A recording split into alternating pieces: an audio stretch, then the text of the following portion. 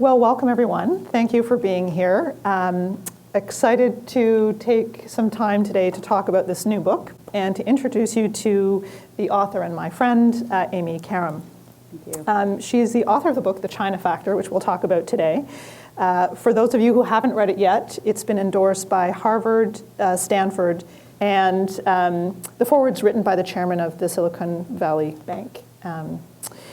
She and the book were recently quoted in a Forbes article, for those of you in the room, which is at the back, that talked about Hillary and Donald, for those of you here in the US, and how this topic that she talks about is actually the one common factor between the two of them.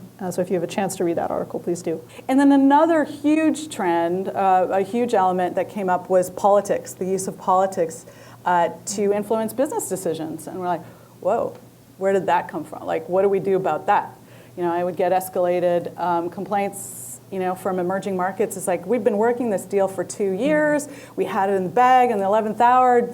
They just said it was an influence from above. We have no idea where it came from, right? And it was government to government influencing for business decisions at a more granular level. Yeah.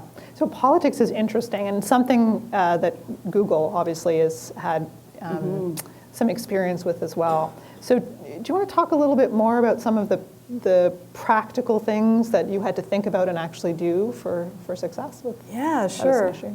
So politics is a huge element of the whole strategy. And so because it was so important in the way we had to re-vector our strategy, so another part of my job was to train the sales teams worldwide on how to position vis-a-vis certain types of competitors.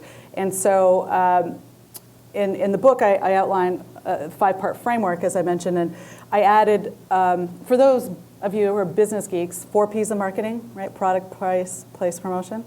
So I created the 5th P, which is politics, right? So I have the 5 Ps of global marketing framework.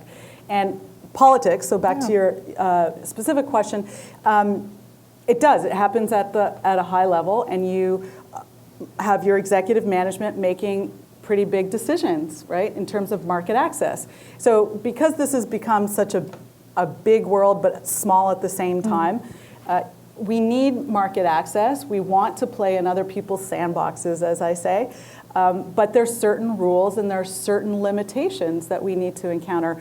And you folks know better than I, right? When Google pulled out of China in 2010, right, for censorship reasons, et cetera, that was a big decision. And the implications were, they're huge, right? You could have affected maybe like 1.4, 1.5 billion people in terms of access to knowledge. But there were really good reasons, and those were the boundaries within which a Western-based company decided that they did not want to operate. However, right, recent headlines is they're going back in, right? So market access is really important, and reach is really important. So the political element is knowing that co-opetition is the new element. It's not that new, but it's an integral part of a strategy going forward, right?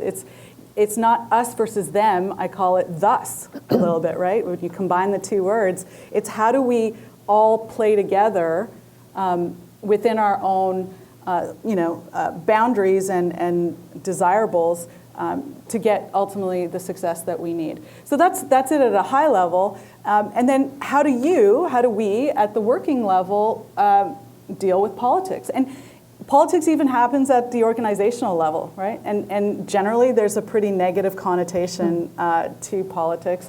But what I'm trying to say in the book is it's really important. We can't ignore it anymore, and we need to embrace it and apply it. So how do we apply it from a sales perspective? What we did was we educated the sales teams on some of the tools available from the U.S. government, for example, and the local governments in the different countries.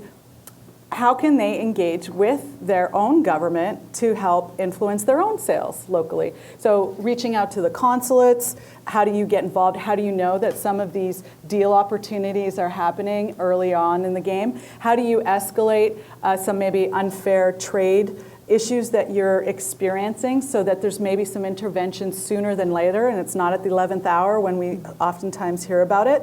And then we also organizationally changed And we're able to convince the Senior Vice President of Government Affairs to shift the focus from just a policy perspective to helping with sales objectives, right? So using that influence that they have in the government affairs group for more of the end result in terms of numbers and not just policy.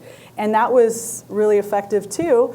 We went to Washington, D.C., and we escalated some of our concerns. So there's a lot we can do, and I think it's really the point of learning from each other. It's, okay, this is the situation, how can you mirror and then tap into your own resources?